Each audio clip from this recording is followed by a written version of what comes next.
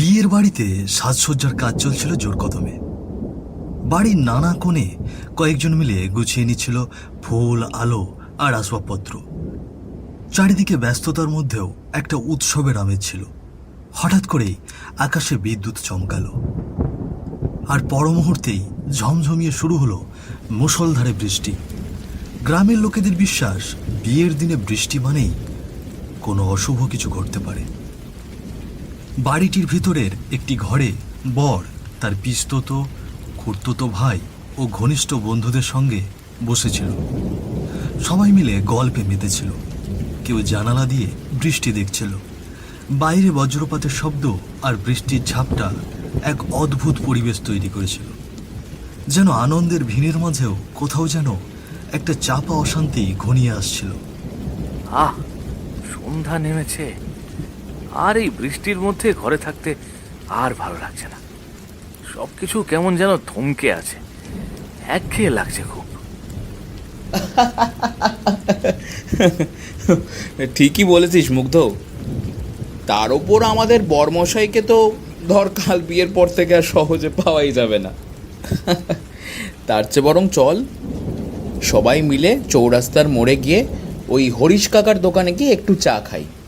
অনেক দিন পর একটু জমিয়ে আড্ডা হবে, গরম গরম চা হবে। আহা, ভাবতেই কেমন মনটা ভালো হয়ে গেল। আড্ডা দিতে যেতে কোনো আপত্তি নেই, তা চল, কিন্তু বিয়ের আগে আমাকে নিয়ে মস্করা শুরু করে দিলি, এটা কিন্তু একদমই ঠিক না। দেখো দেখি আমাদের বর্মশাই রাগ করে বসেছে। ঠিক আছে ঠিক আছে, আর কেউ কিচ্ছু বলবে না, একেবারে চুপ। চলো এবার উঠি। পরিষ্কার দোকানে চায়ের জন্য আমার তো আবার দেরি সহ্য হচ্ছে না একটু। চারজনের হাতেই ছাতা, মাথার উপর ঝমঝম বৃষ্টি। হাঁটতে হাঁটতে কাদামাখা গ্রামের রাস্তা পেরিয়ে তারা পৌঁছে গেল চৌরাস্তার মোড়ে হরিশ কাকার চায়ের দোকানে।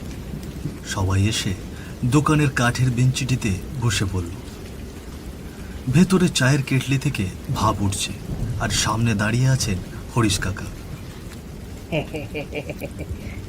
শুনেছি কাল তোর বিয়ে, মনে আছে?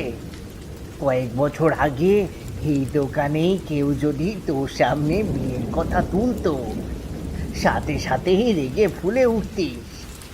আর এখন মুখখানা দেখছি লজ্জায় টকটকে লাল হয়ে আছে। কাকা, আবার সেই পুরনো দিনের কথাগুলো নিয়ে মজা করছো। সেসব বাদ দাও, বরং 4 কাপ গরম গরম চা দাও দেখি। আচ্ছা আচ্ছা, দিচ্ছি বাবু, দিচ্ছি। হরিশ কাকা গরম গরম চায়ের কাপগুলো এনে সবাইকে দিলেন। চারজন বসে গল্প শুরু করেছে। কেউ পুরনো দিনের কথা তুলছে, কেউ হাসছে, আর মাঝে মাঝেই গরম চায়ে চুমুক দিচ্ছে। দোকানের সামনে টিনের ছাদে টুপটাপ বৃষ্টির শব্দ, আর দূর আকাশে গর্জে উঠছে বজ্রপাত। হঠাৎ দূর থেকে শোনা গেল শিয়ালের ডাক। ভেতরটা কেমন যেন কেঁপে উঠল। ঠিক সেই মুহূর্তে অমিতের চোখ গেল দোকান থেকে একটু দূরে থাকা একটা ল্যাম্পপোস্টের দিকে। আলোটা কাঁপছিল হালকা বাতাসে, আর তার নিচে দাঁড়িয়ে আছে একজন, একদম স্থির হয়ে দাঁড়িয়ে, কোনো নড়াচড়া নেই। শরীরটা ফ্যাকাশে, চোখে মুখে কোনো ভাব নেই। দূর থেকেও কেমন একটা অস্বাভাবিক লাগছিল লোকটাকে। অমিত চায়ের কাপ হাতে নিয়ে একটু থমকে গেল। কপালে বিন্দু বিন্দু ঘাম। সে কিছুক্ষণ তাকিয়ে রইল, যেন ঠিক বুঝে উঠতে পারছে না। এ কি, লোকটা কি আমার দিকে তাকিয়ে আছে? এক অজানা অস্বস্তিতে অমিত তৎক্ষণাৎ চোখ ফিরিয়ে নিল। বুকের ভেতরটা হঠাৎ একটু ধক করে উঠল। কিছুক্ষণ পর আবার আস্তে করে ঘাড় ঘুরিয়ে দেখল সেই ল্যাম্পপোস্টের দিকে। এ কি, লোকটা তো সত্যি সত্যি আমার দিকেই তাকিয়ে আছে। এই প্রশান্ত, দেখ না, ওইদিকে একটা লোক কেমন অদ্ভুতভাবে আমার দিকে তাকিয়ে আছে। প্রশান্ত অমিতের কথায় ঘাড় ঘুরিয়ে তাকালো সেদিকে, কিন্তু সেখানে কেউই নেই। শুধু ফাঁকা জায়গা আর ল্যাম্পপোস্টের তলায় কাঁপা কাঁপা হলুদ আলো। রে কই, এসব কি বলছিস রে? কি? কিন্তু আমি যে দেখলাম। আরে কি তোরা ফিস করতে শুরু করলি? রাত তো বেশ ভালোই হয়েছে, এবার বাড়ির পথে রওনা দেই সবাই। হ্যাঁ চল চল, আর সময় নষ্ট করিস না। তারা সবাই হরিশ কাকার দোকান থেকে বের হয়ে গ্রামের রাস্তা ধরে হাঁটতে লাগলো। বৃষ্টির বেগ যেন আরো বেড়ে গেছে, সাথে বজ্রপাতের গর্জন শোনা যাচ্ছে। হাঁটতে হাঁটতে হঠাৎ সামনে থাকা বটগাছের ডালের দড়িতে অমিত দেখতে পেল ল্যাম্পপোস্টের নিচে দাঁড়িয়ে থাকা ওই লোকটির লাশ ঝুলছে। ঠিক সেই মুহূর্তেই দৌড় থেকে শোনা গেল শিয়ালের ডাক। এই দৃশ্য দেখে সে প্রচণ্ড ঘাবড়ে গেল। এ কি, সামনে দেখ, ওই ল্যাম্পপোস্টের নিচে দাঁড়িয়ে থাকা লোকটির লাশ গাছে ঝুলছে। আরে কই, কার লাশ ঝুলছে? এসব কি বলছিস রে? আমরা খেয়ে এলাম চা, আর মনে হয় ওই চায়েতেই ওর নেশা হয়ে গেছে। না রে, আমি মিথ্যে বলছি না, তোরা সামনে ভালো করে তাকিয়ে দেখ। অমিত আবার বট গাছের দিকে তাকায়, কিন্তু তখন আর সেখানে কেউ নেই। সে একদম অবাক হয়ে দাঁড়িয়ে যায়। আরে এ কি, ওখানেই তো ছিল, কোথায় গেল? ও বাবা, আবার সেই একই কথা। আরে এই, বিয়ের আগে কি তোর মাথার তারগুলো ছিঁড়ে গেল নাকি? হ্যাঁ, ইয়ে মানে মানে হয়েছে হয়েছে, আর মানে করতে হবে না। তোর এখন একটু ঘুমের দরকার, অনেক ভেবেছিস। চল চল, তাড়াতাড়ি বাড়ি ফিরে চল। মুগ্ধের কথা শুনে অমিত একটু লজ্জা পেল। সে আর কিছুই বলল না। তারা সকলে দ্রুত হাঁটতে শুরু করলো। বৃষ্টি এখন একটু কমে এসেছে, তবে বাতাস বইছে তীব্র গতিতে। হাঁটতে হাঁটতে তারা বাঁশঝাড়ের রাস্তায় পৌঁছে যায়। আর ঠিক তখনই আবার অমিত দেখতে পায় সেই একই লোকটি তাদের সামনে থেকে কিছুটা দূরে দাঁড়িয়ে আছে। মুখ একদম সাদা ফ্যাকাশে, ভয়ঙ্কর দৃষ্টিতে সে অমিতের দিকে তাকিয়ে আছে। অমিত এবার কিছু না বলে মনে মনে ভাবতে লাগলো, এ কি, আবারও সেই লোকটি আমার দিকেই তো তাকিয়ে আছে। এসব কি হচ্ছে আমার সাথে? আবার এদের বললে সবাই মিলে আমার সাথে মজা করবে। অমিত কাউকে কিচ্ছু বলল না। সে সকলের সাথে হেঁটেই চলল, আর অপেক্ষা করলো যে তাদের মাঝে কেউ কিছু বুঝতে পারে কিনা। কিন্তু এ কি, হাঁটতে হাঁটতে তাদের মাঝে প্রশান্ত সেই লোকটি শরীর ভেদ করে পার হয়ে গেল।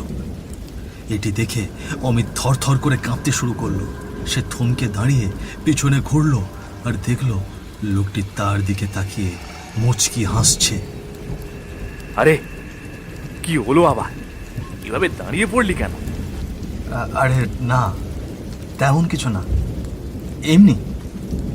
বাইরে তীব্র ঝড় বৃষ্টি চলছে। আকাশ হু হু করে গর্জে উঠছে বারবার। দমকা হাওয়ায় গাছের পাতা উন্মত্তের মতো ছিটকে ছিটকে উড়ছে এক প্রান্ত থেকে অন্য প্রান্তে। অমিত নিজের ঘরে নিঃশব্দে শুয়ে আছে, মুখ ভর্তি তার একরাশ দুশ্চিন্তার ছাপ। আমি আসলে কি দেখলাম? আমার সঙ্গে কি হচ্ছে সব? কিছু ঠিক বুঝে উঠতে পারছি না। তবে মনে হচ্ছে এই সব কিছুর মধ্যে যেন কিছু একটা রয়েছে, কিছু একটা অস্বাভাবিক। এসব ভাবতে ভাবতেই এক সময় ঘুমিয়ে পড়ে অমিত। রাত তখন আরো গভীর হয়ে এসেছে।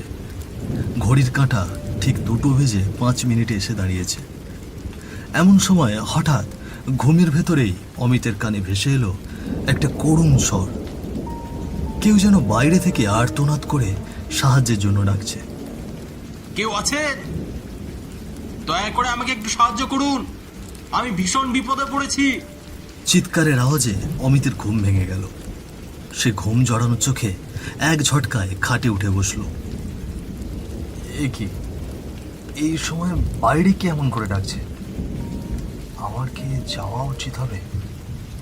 তবে আওয়াজটা শুনে মনে হচ্ছে সত্যিই কেউ কোনো বড় বিপদে পড়েছে।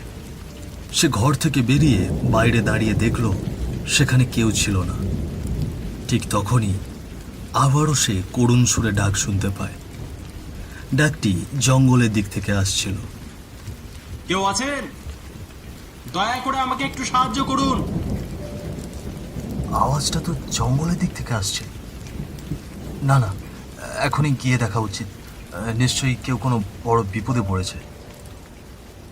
বৃষ্টির মাঝে অমিত ছুটে গেল জঙ্গলের দিকে। চারপাশে তীব্র শিয়ালের ডাক, আকাশে ঘন ঘন বজ্রপাত।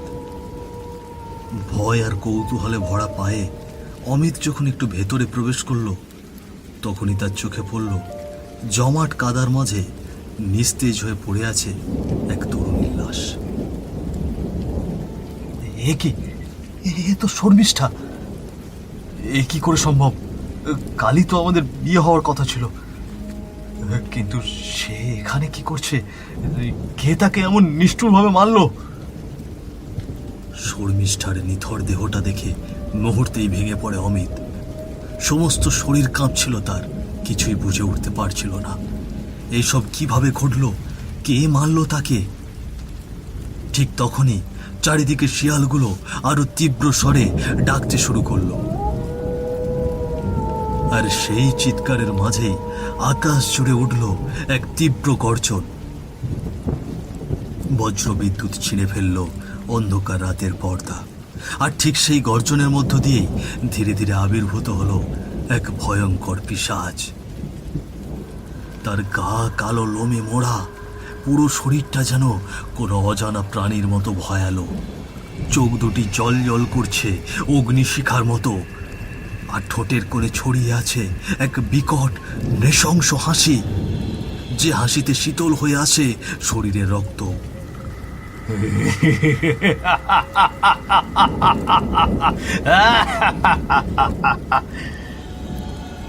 ওরে বাবা, এই যে পিশাচ! কেউ আছো? বাঁচাও, বাঁচাও আমাকে! চুপ, একদম চুপ, ভয় পাস না, তোকে আমি মারবো না।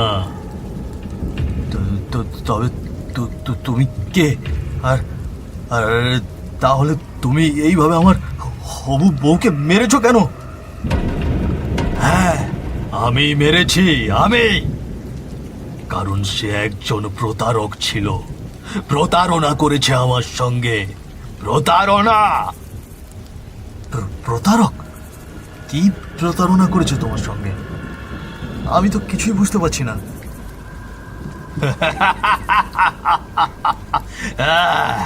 কি করেছে জানতে চাস? আমার নাম ছিল প্রদীপ, আর শর্মিষ্ঠা ছিল আমার প্রেমিকা। কিছুদিন আগে সে... আকাশ কালো মেঘে ঢাকা, চারিদিক ঝিম ধরা, যেন বৃষ্টি নামার অপেক্ষা। পুকুর পাড়ের ঘাটে বসে আছে প্রদীপ ও শর্মিষ্ঠা, আশেপাশে নিস্তব্ধতা। কি হলো শর্মিষ্ঠা? তুমি এভাবে মন খারাপ করে বসে আছো কেন? চুপ থাকবো না তো কি করব? তোমাকে কতদিন ধরে বলেছি একটা কাজের ব্যবস্থা করো। এভাবে হেলায় ফেলায় করলে কি করে চলবে বলো তো? আর নিজেকে দেখেছো কেমন খ্যাত খ্যাত লাগছে? কেন আমাকে এত পরিপাটি হতে হবে? আমার জন্য তো তুমিই আছো। আমি জানি আমি যেমনই হই না কেন, তুমি আমাকে কোনোদিনও ছেড়ে যাবে না। তা অবশ্য ঠিক, আমি কখনোই তোমাকে ছেড়ে যাব না। আচ্ছা শোনো, আজকে আমি তোমার জন্য সব তোমার পছন্দের খাবার রান্না করেছি, নাও এবার দেরি না করে খেয়ে নাও দেখি। শর্মিষ্ঠার মুখে এমন কথা শুনে প্রদীপের চোখ থেকে অশ্রু গড়িয়ে পড়ল। এত নিঃস্ব, এত সাধারণ একটি ছেলেকেও যে কেউ এভাবে ভালোবাসতে পারে, তা শর্মিষ্ঠাকে না দেখলে হয়তো প্রদীপ কোনোদিন বুঝতেই পারতো না। আরে কি হলো তোমার? তোমার চোখ থেকে জল পড়ছে কেন হঠাৎ? তুমি আমাকে এত ভালোবাসো, প্রতিবার যখন আমাদের দেখা হয় আমার জন্য কিছু না কিছু তৈরি করে আনো, কত যত্ন করে। এমন সৌভাগ্য আর কজনের কপালেই বা জোটে বলো? শর্মিষ্ঠা প্রদীপের কথা শুনে একদম চুপ হয়ে গেল।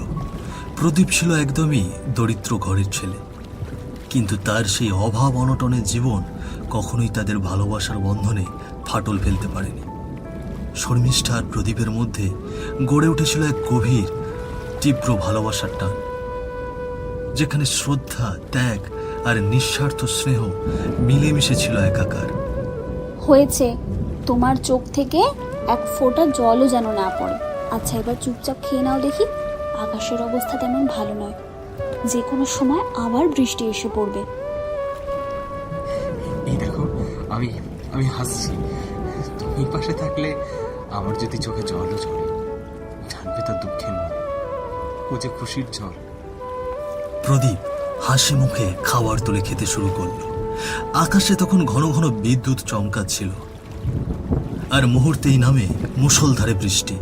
কিন্তু ঠিক সেই সময় প্রদীপের শরীর কেঁপে উঠল অজানা এক ঘূর্ণিতে। সে ছটপট করতে লাগলো।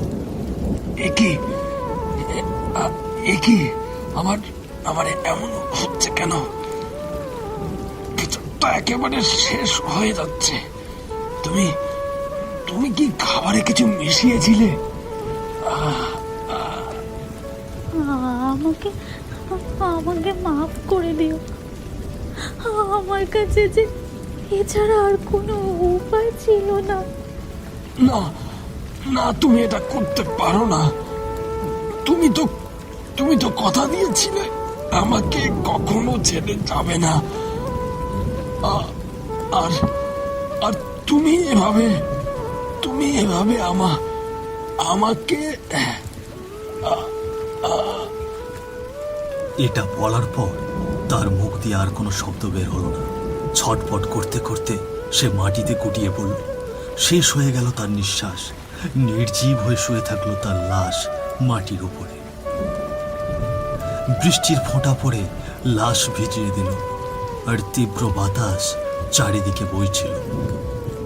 ভালোবাসা কি নির্মম রূপ ধারণ করতে পারে, এই পরিস্থিতিতে তা স্পষ্ট হয়ে উঠল।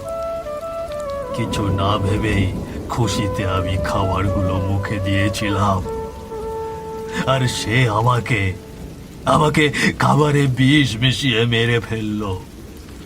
শুধু আমি গরিব বলে? সে তো তোকে বিয়ে করবে বলে এমন জঘন্য ষড়যন্ত্র চালিয়ে আমার প্রাণ নিয়েছে।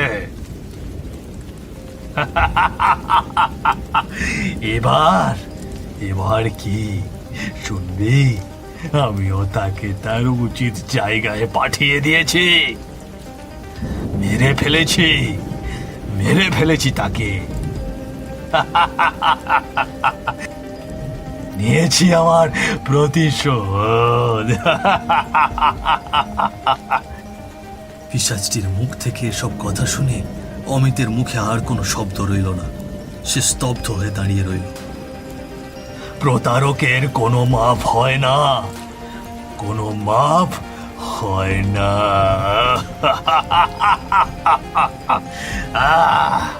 আমার কাজ শেষ, এখন আমার মুক্তির পালা।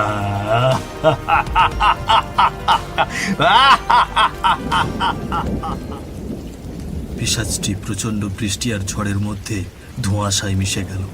চারিদিক থেকে শুধু শিয়ালের হুক্কা হুয়া ডাক আর আকাশের বিদ্যুৎ ঝলকানি শোনা যাচ্ছিল। সে তাহলে শেষমেশ মুক্তি পেয়ে গেল। মুক্তি। জীবনের প্রতিটি সম্পর্ক বিশ্বাস আর সম্মানের উপর দাঁড়িয়ে থাকে, আর যেখানে বিশ্বাস ভেঙে যায় সেখানে জন্ম নেয় ভয়ঙ্কর পরিণতি। তাই প্রতারণা নয়, ভালোবাসার পথেই হোক আমাদের চলা, কারণ ভুলের ঋণ সময় ঠিকই শোধ করে নেয় ভয়ানকভাবে।